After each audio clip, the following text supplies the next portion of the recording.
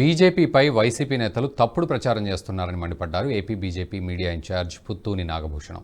కూటమిలో vote transfer జరుగుతుండడంతో YCP నేతలకు భయం పట్టుకుందన్నారు. దీంతో ప్రజాస్వామ్యాన్ని ఖూనీ చేసేందుకు ఏపీ బీజేపీ చీఫ్ పురంధేశ్వరిపై సోషల్ మీడియా వేదికగా వైసీపీ నేతలు తప్పుడు ప్రచారం చేస్తున్నారని మండిపడ్డారు. సజ్జల కుమారుడు దగ్గరుండి ఇలాంటి తప్పుడు ప్రచారం చేస్తున్నారని ఆరోపించారు. ఈ మూడు పార్టీలు ఎన్డీఏ కూటమి అయిన తర్వాత ఓటు ట్రాన్స్ఫర్ అనేది జరుగుతూ ఉంది.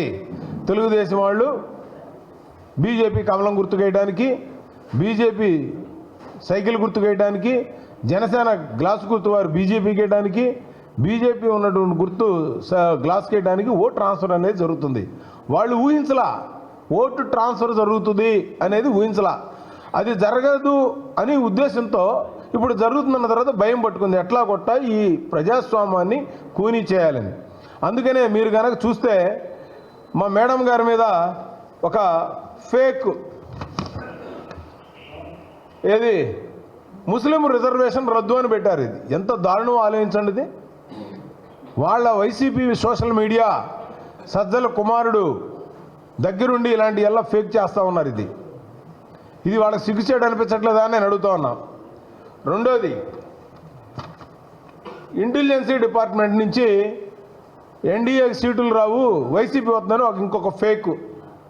ఇవన్నీ కూడా సోషల్ మీడియాలో ఈ విధంగా చేస్తూ ఉన్నారు. ఇవన్నీ కూడా అంటే వీళ్ళకి ఎటువంటి సిగ్గు కానీ భయం కానీ ప్రజల్లో మన పరువు పోద్దని కానీ ఎక్కడా లేదు. అటువంటిది ఈ రోజున ఇటువంటి ఫేక్ వార్తల్ని ప్రవేశపెడతా ఉన్నారు.